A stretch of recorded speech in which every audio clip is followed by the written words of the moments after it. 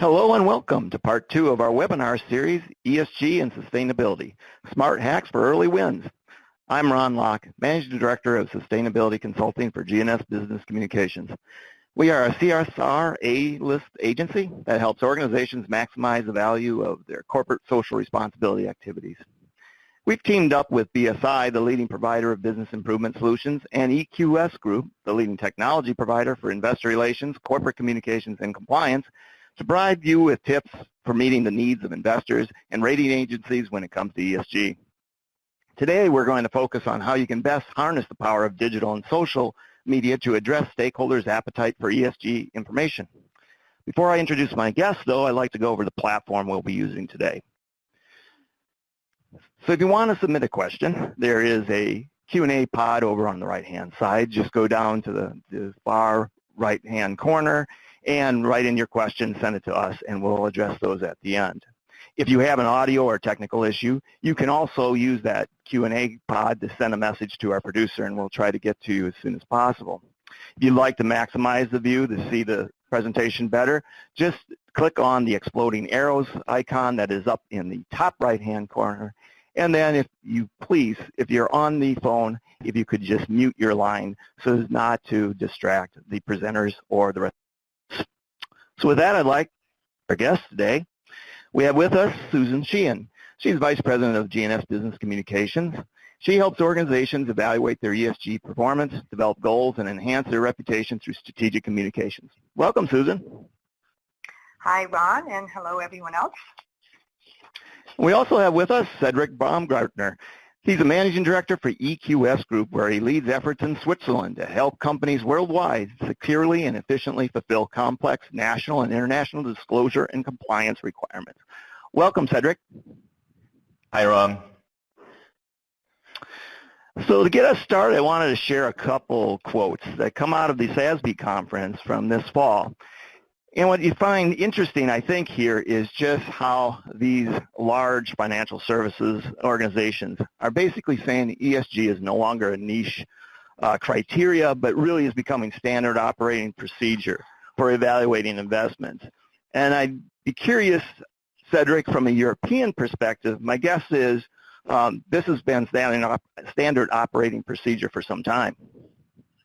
Yeah, it is exactly. Europe is one of the most advanced regions in the world when it comes to ESG regulations, especially in the environmental and social areas.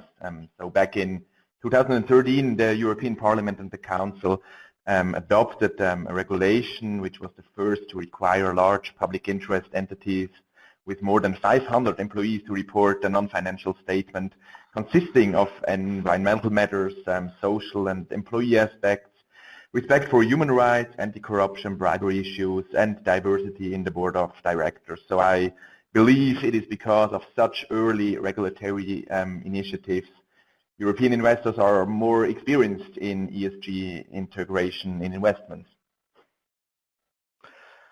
And Susan, you were at the SASB conference. Why do you think that Lynn Blake says that 2017 is this turning point for true integration of ESG?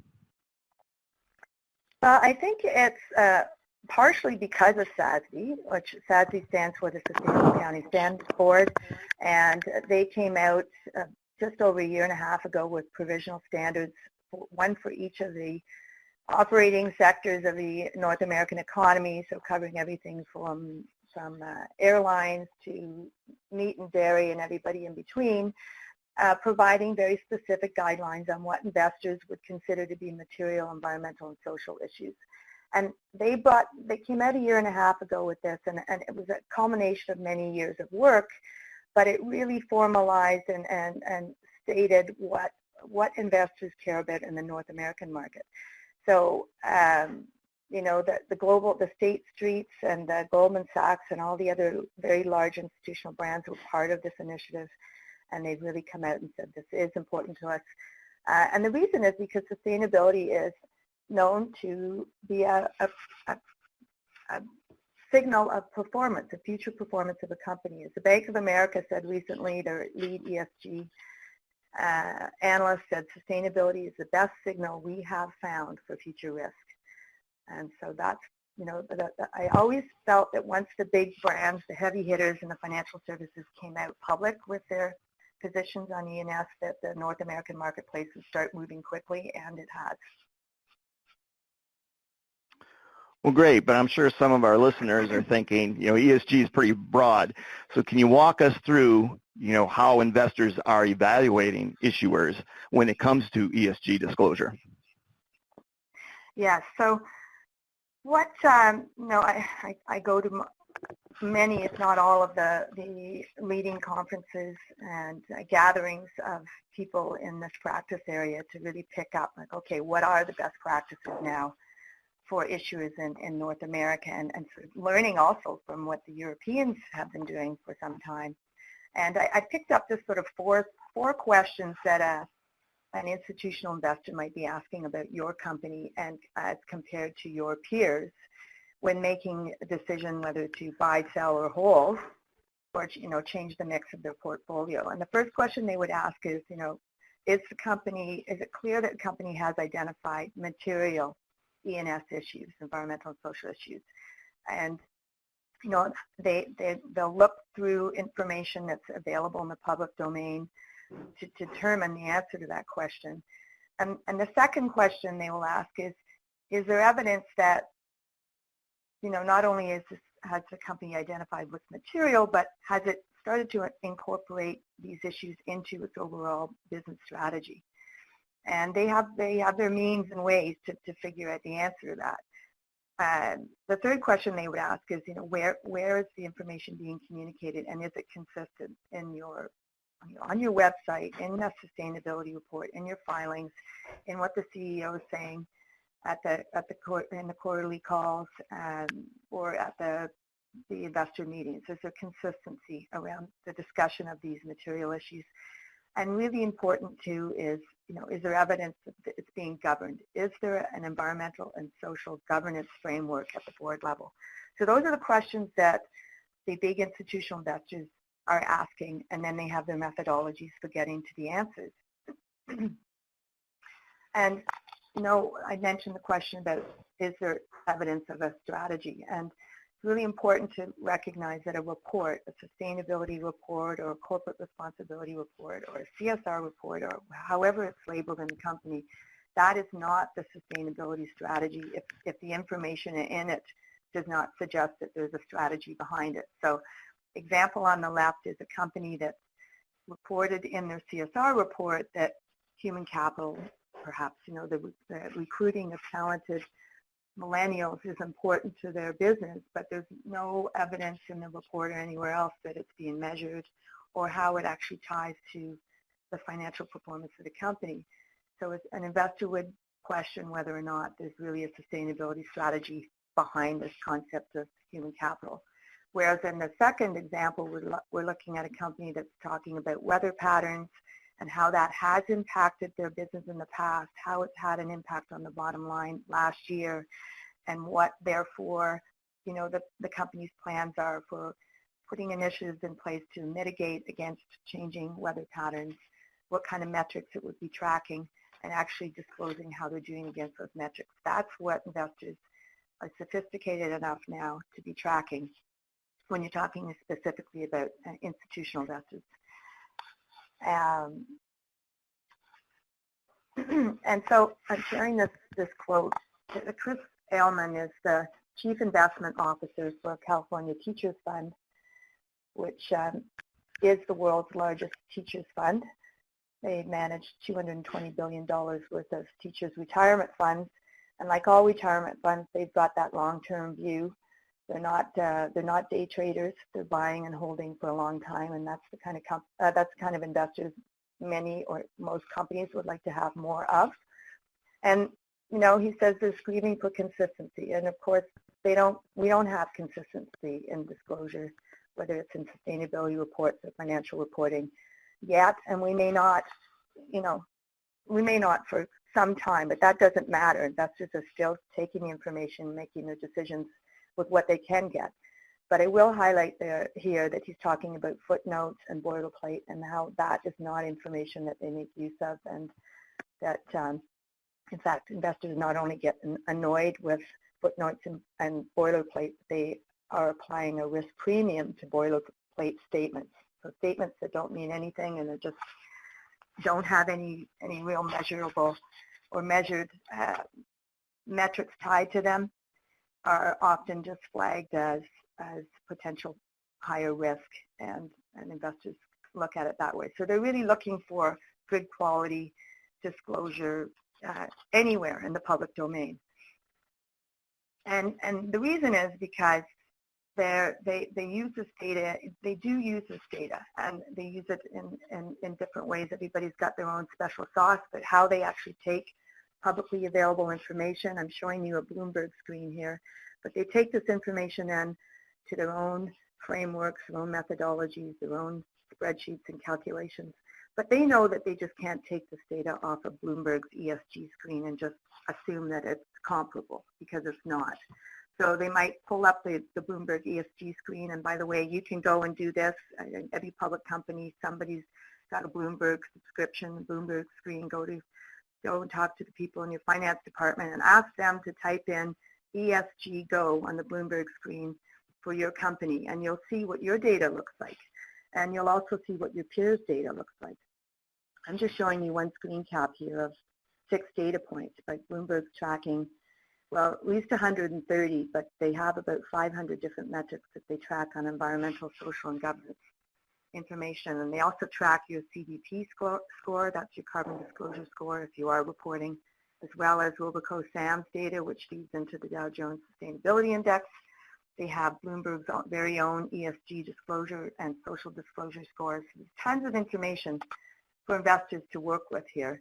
And it's raw data, and then investors get to work and find out what's behind it. So that's when they go back and look at your reporting or the source information from your public documents and apply some kind of context to the data and make their evaluation. That's what I have to share at this point. So Susan, when Bloomberg's picking that up, that doesn't necessarily, so if an organization, if their information is missing, it doesn't necessarily mean they don't have that information. It just means that Bloomberg's not able to find it and report on it. Is that correct? That's right. Yeah, that's right. And Bloomberg and many of the other data aggregators will actually only take information that's in the public domain, because their whole mission is transparency. So they don't want, they won't, there was a time when Bloomberg would accept, and others like MSCI would accept one-to-one. So the issuer contacting them saying, here's my energy report. But now no longer is that okay. They want it all in the public domain, so they want to be able to get it from your website, from your reports, and then they upload it to their screen. So if you have this information and you're holding it internally, if you go and get your ESG Go screen from Bloomberg and you see that there's NAs, but you actually do have that information, just putting it out in the public domain will help right there in terms of better communications with your investors. Great, and that does lead very well into our next section, because really excited to have Cédric with us today, because prior to joining EQS, Cédric was formerly at Geberit and was a key decision maker in transitioning that Swiss manufacturing company to digital reporting. And one great way to get this information out there publicly is through digital platforms. And Geberit chose EQS at that time as their digital solution platform for financial and sustainability reporting. And then later, Cédric joined EQS as their managing director, as I mentioned earlier. So Cédric, can you walk us through the decision-making and the process for taking reporting to a digital platform? Of course, Ron, and thanks for the great introduction once again. To give our audience a bit more information on my position with Geberit, I was their project manager for online communications for 5 years, where I was responsible for digital project, specifically in the areas of digital IR and corporate communications. So as background, Geberit published its first digital annual report in 2011. And for the past 6 years, I think their reporting efforts have demonstrated a best practice standard in integrating ESG into comprehensive corporate reporting and communications in Switzerland and as well in Europe. I'm excited to be here today and to share a number of takeaways from Geberit's journey. So I suppose that most of you do not really know what Geberit's business is. Just to make it short, Geberit is a worldwide leader in the field of sanitary technologies and bathroom ceramics. You may have seen them around your home, I do not know. You can buy an array of Geberit's products at places like Home Depot or other places. So headquartered in Switzerland, the company has a workforce of 12,000 spread across 50 countries. And the production network includes 32 production facilities, of which about 6 are located overseas. It has roughly a 16 billion market cap. So it's pretty big, and I think it's very globally present. The company has a strong focus on sustainability, and because of many of their products have water usage tied into their core functions, Geberit has been proactive about this for many years. So actually, for Geberit, sustainability or ESG means being future-oriented and achieving long-term success. ESG is therefore a critical part of their business and strategy, and sustained profitability is what the company tries to secure for its investors. This is successful long-term orientation occurs, from my point of view, when a balance is struck between economic, ecological, and social aspects in all decision-making processes of a business, and by involving all stakeholders, of course. So Geberit emphasizes value creation for company stakeholders through their sustainable products, training and education of plumbers, planners, and architects, identifying their ecological footprint along their supply chain, and the sustainable development and production practices. Successful ESG is really a holistic process, as you see at Geberit, that takes the company or that makes the company very, very seriously. So now moving on to the next slide. Geberit here has a sustainability strategy implemented across all their operations with the help and the digital know-how of EQS, as Ron mentioned right before. These modules here show bundled current or future projects, initiatives or activities that aim to make a contribution to the sustainability part. Each module contains clear responsibilities with measurable objectives, derived measures, and quantified key figures for effective monitoring.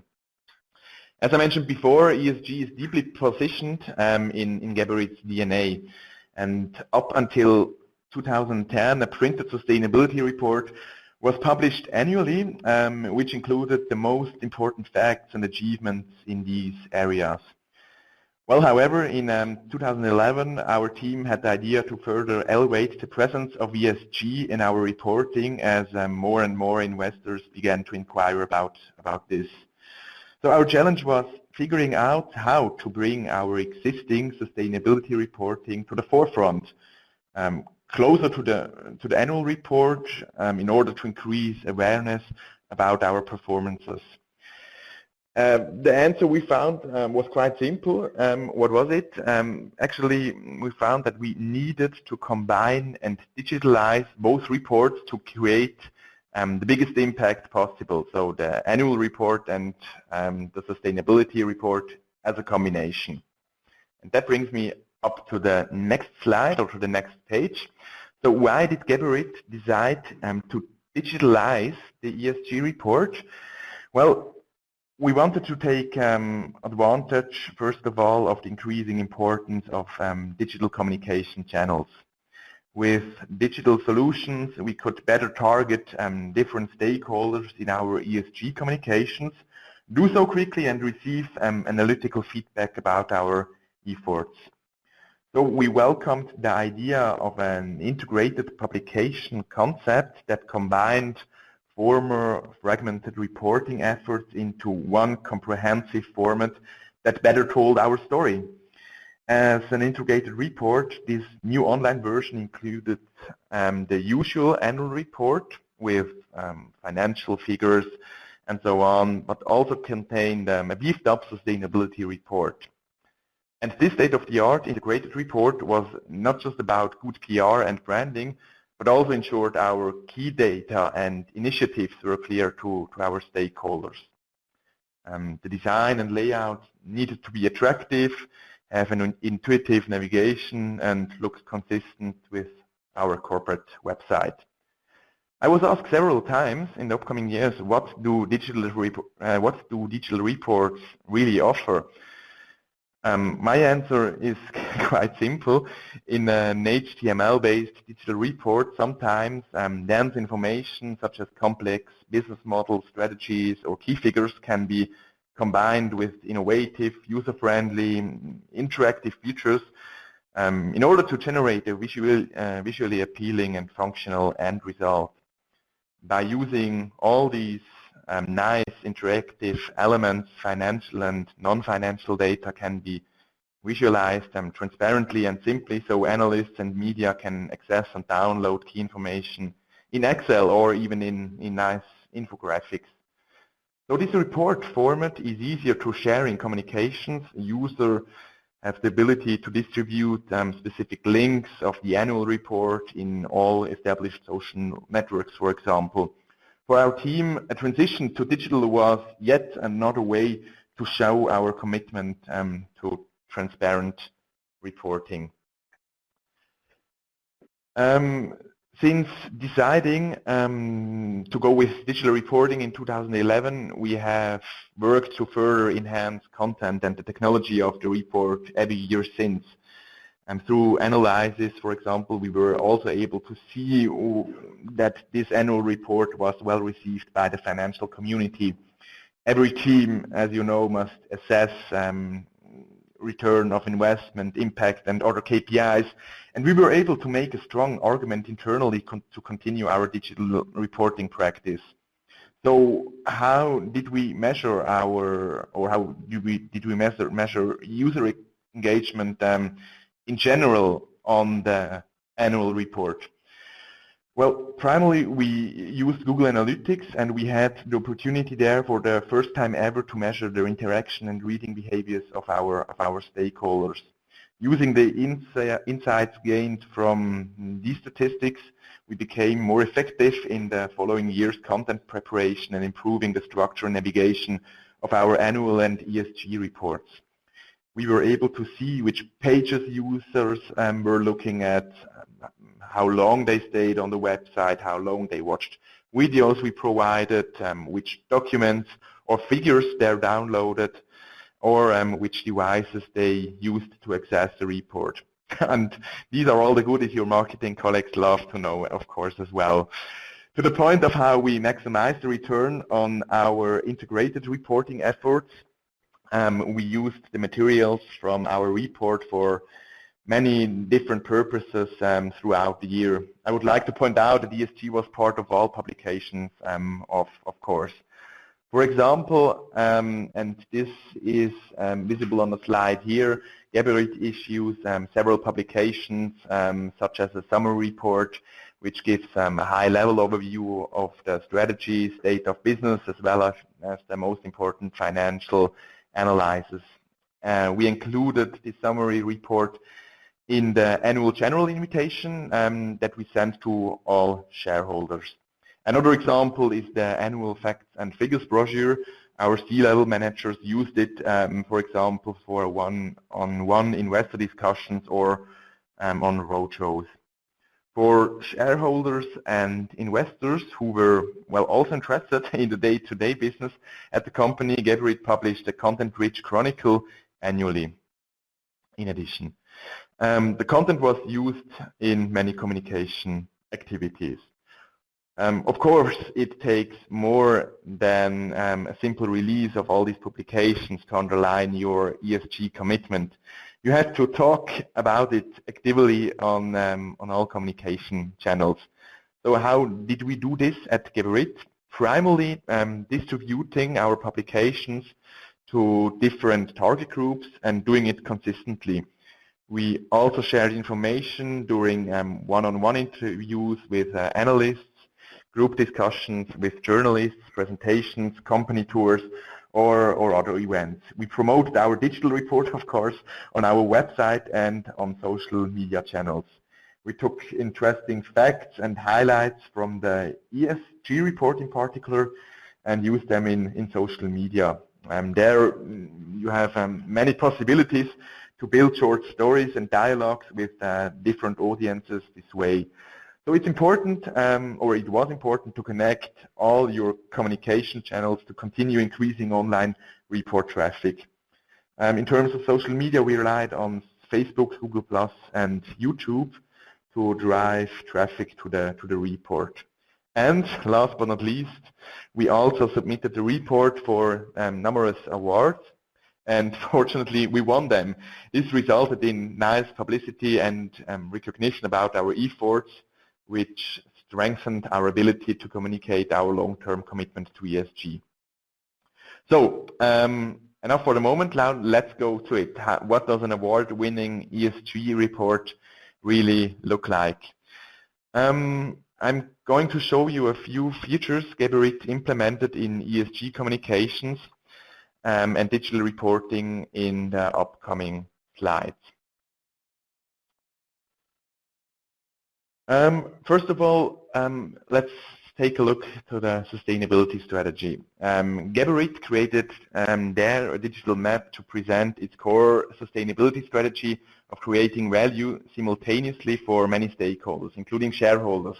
And to better illustrate the sustainability strategy spectrum, Geberit made use of interactive charts that visualized how its strategies are reflected in each aspect of business. And this format was easy to digest, or is easy to digest, provides readers with a roadmap and makes it possible to systematically review each component of Geberit's strategy. So when clicking here through each module as the CO2 strategy, the reader can clearly grasp the narrative. So the company provided concrete highlights of achievements, in this case in the full year of 2016, as well as set goals for the upcoming years. Overall, it's a user-friendly feature that adds visual guidance in terms of internal process. This strategy is normally developed by Geberit's sustainability department, and then it's approved by the management. One of the coolest tools we had was the interactive materiality analysis. We wanted a tool that helped the audience easily and quickly understand what ESG matters are most material to Geberit and be guided to the respective content according to GRI. This tool here is one of the crucial components of Geberit's ESG communications because short-term and long-term risk and opportunities can be displayed in an accessible manner. Here at a glance, users see various ESG areas, and based on the colors and sizes of the tiles, they can identify which themes are important or even less important to Geberit's business. This overview on the left-hand side can be customized by selecting the bar to filter areas of the analysis. ESG issues are also categorized thematically to further describe different areas. User can, for example, select society and human rights, for example, as you see on the image here or on both screens. Immediately when users clicked on these categories like human rights, they will see the layout of the tiles changing and showing only the selected topics while omitting others. In this way, stakeholders can easily access the information that is most important for them. Once the tiles are displayed in the desired arrangement, by clicking on specific tiles, the reader is immediately sent to the related sections in the sustainability report. Well, this online materiality analysis functions as an interactive dynamic form of navigation for the sustainability report and clearly has many advantages over a PDF file. To echo what Susan and the BSI guest said about the importance of materiality and being able to identify what is material to your business and industry, this is a winning tool. We have solid statistical evidence showing that the materiality analysis is in the digital report is one of the most popular pages among visitors. We were able to track click rates as well as visit duration. I want to present a third tool. Last but not least, it's another great solution, digital solution. This is the interactive ESG charting tool. We have at Geberit noticed that analysts, shareholders, and even internal teams appreciate the functionality of downloadable and exportable data that is accessible directly from the report. At Geberit, we decided to implement a quick analyzer to provide the most user-friendly digital data to our audience. This interactive tool allows the display of key ESG data in table, line, and in chart formats by selection. Users could export the data in Excel format or in ready-to-use pictures for presentations. The tool also gave users the flexibility to choose the most important data to download and, of course, the possibility to display it directly through the show or hide feature right here beside the tool. Well, as a summary, using digital solutions is a great way to increase content reach, innovate, and engage your ESG audience. The digital ESG report offers, from my point of view, several critical advantages, as you can see on the screen here. I think there are three important points to potentially help you sell the idea to your corporate communication, IR, or even the C-level. Firstly, you achieve higher readership and stakeholder engagement. You can share links and bookmarks so that users can distribute specific links of the ESG report on social media networks. Secondly, a digital report generates valuable analytical insights to enhance your communications return on investment. And, of course, you can improve then content. Thirdly, you achieve, of course, cost savings by going digital, and you certainly save a lot of paper and trees. But we do recognize at Geberit that there are users who always want to read a nicely auto-converted PDF copy, which is easily doable with the digital format. So let's take a step back and look at the big picture. What are the takeaways on ESG, on digital reporting, and what can we expect to develop in future? Digital tools and communications are, and I strongly believe, are a wonderful way to leverage your ESG communications, creating engaging content and get measurable. This is becoming critical nowadays. Your companies probably already have a lot of good ESG data that exists somewhere. So it is important to engage internal parties such as your marketing colleagues and your board, and external users as well, such as rating agencies and investors. For a digital ESG report to be truly successful, a good user experience is essential.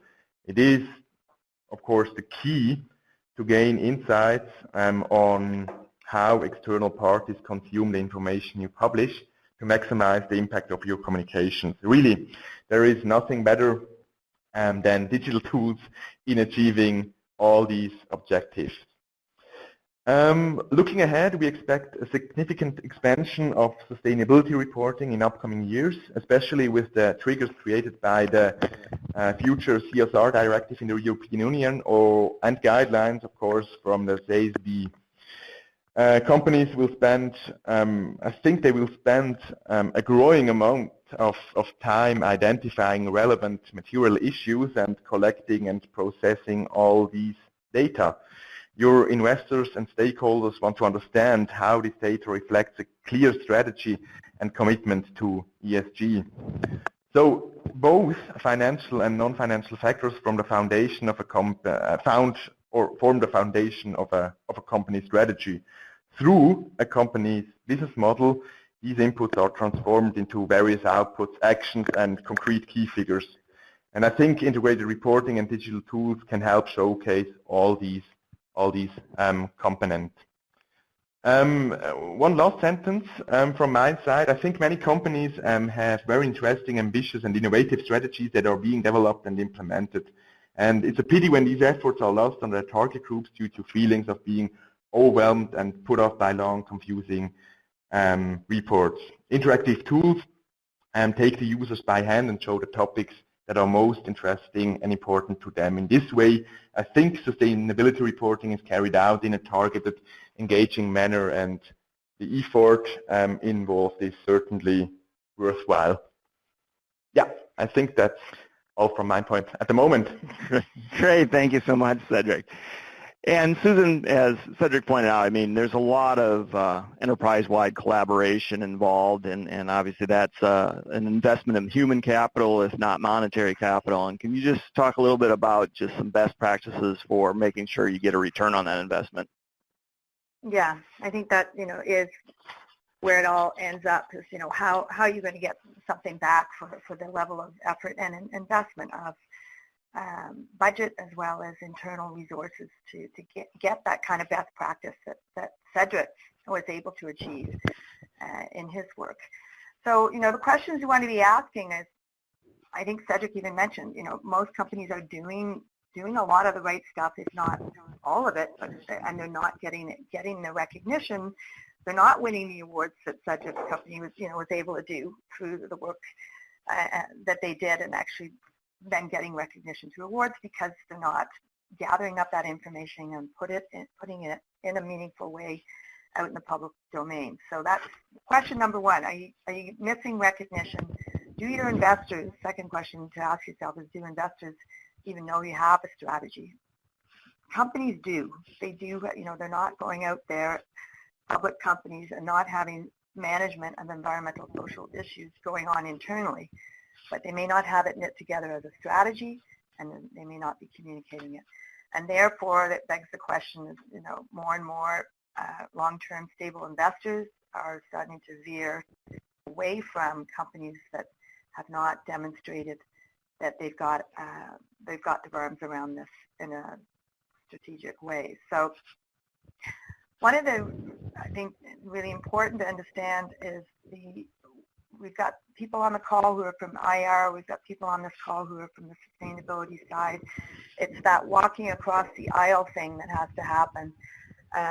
Most IR people don't have a full understanding of what the sustainability department is up to, and the sustainability people don't fully know what a day in the life of an IR person is. And so I'm just going to share some tips that I've observed from the companies that I work with that are doing this well. You want to know who's on both sides of the team. Start with having lunch. Even plan to shadow each other for a few hours of the day, maybe a whole day, periodically, every quarter. Understand the other person's role, the other team's role, not person, but most people would have teams of IR teams and sustainability teams. Then start to get into monthly meetings where you're briefing each other about what the burning issues are, because they're definitely related. If you will start to see how related they are the more often you communicate with each other. There should be no sustainability team out there that does not have an IR person voice at the table in the sustainability team. I should say that's, thou shalt not have a sustainability team that doesn't have IR in the room. In addition to your risk management people, your environmental health and safety, your human resources, and your procurement people. And that's another really sort of an area that's been left behind, but certainly not with the best practice. Sustainability teams or companies that really have their sustainability strategy, they've certainly got a very strong procurement voice and very well-defined procurement practices that they're communicating to the outside world. Eventually, you want to get to as Cedric had mentioned, where you've got this material from your sustainability report that's being included in your investor days, in your presentations to investors, and that you're ready at analyst meetings and investment meetings with that material. And in fact, the real global leaders on sustainability strategies out there are actually bringing their chief sustainability officer or their vice president of sustainability to the investor and analyst meetings. So that's sort of, the top drawer kind of practice that you see out there. I mentioned SASB before, the Sustainable Accounting Standards Board. We were talking about some of the people in the first slide that were at the SASB conference just a few weeks ago in New York. I just wanted to show the screen to you just to understand that the heft, the advisory, the members of the Investor Advisory Group of the Sustainable Accounting Standards Board, that's the logo here in the middle. All of these brands around the SASB logo are participating in a very hands-on way with the evolution of SASB, and have essentially said they support what SASB is doing for the North American market. So I really do encourage everyone on the call to get familiar with SASB. You'll see at the top of the screen, I'd say 43% of investors have said that they prefer SASB over GRI in North America, and that's as of last November, so it's over a year ago. 43% of investors are saying use SASB, and that was a year ago, so you can imagine that number has only gone up since then. Here's 5 steps that I would suggest, and it sort of repeats on some of the things we've already touched on in the call, but just to summarize, more effective investor communications means, first of all, making sure you understand who your investors are now. Many of them already are signatories to environmental, social, and governance integration initiatives. The biggest one that comes to mind is the Principles for Responsible Investment, otherwise known as the UN, United Nations PRI, Principles for Responsible Investment.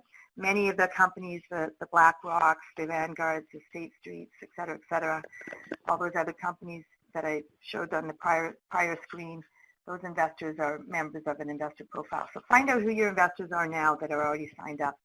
And then find out who are not your investors that you would like to have as your investors, who happen to be signatories of ESG initiatives. That's an indicator, even further an indicator of why you need to do more ESG disclosure.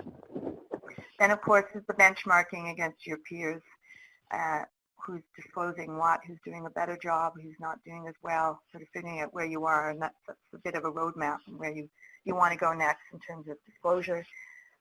The whole concept of materiality, I think, has been well discussed, but making sure that you don't confuse your corporate philanthropy with material, environmental, and social issues. There are, most organizations have historically had a philanthropic cause, and that's absolutely, we want to keep doing that, but they may not be material to business strategy, and so let's not confuse philanthropy rather with material sustainability strategy.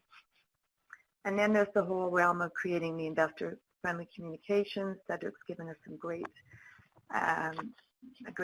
case study on that. It's about the investor content on your website, on the investor page of the website. ESG content on the investor page of your website. ESG content in your sustainability report. Starting to get comfortable with the quarterly calls, and then moving towards inclusion in your filings, in your MD&A, and your 10K. That sort of thing. And then the amplifying your work through digital and social broadcasting. I'll just close off here with a summary of those sort of best practices for leveraging your reporting. There are a number of North American and worldwide channels that you can amplify your work in. The Corporate Reporting Awards, that's the logo on the top right. There's Forbes that recognizes annually best initiatives and best reporting. There's, of course, the whole opportunity for social media.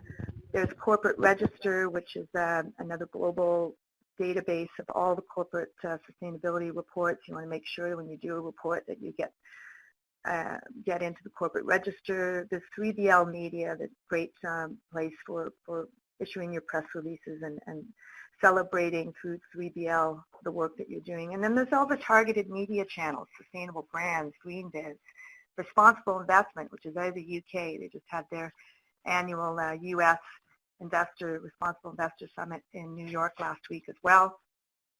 The Guardian, these are all publications that professionals like myself follow carefully, and you want to make sure that the sustainability leaders within your peer companies and other companies know what you're doing and are citing your company for the good work that you're doing.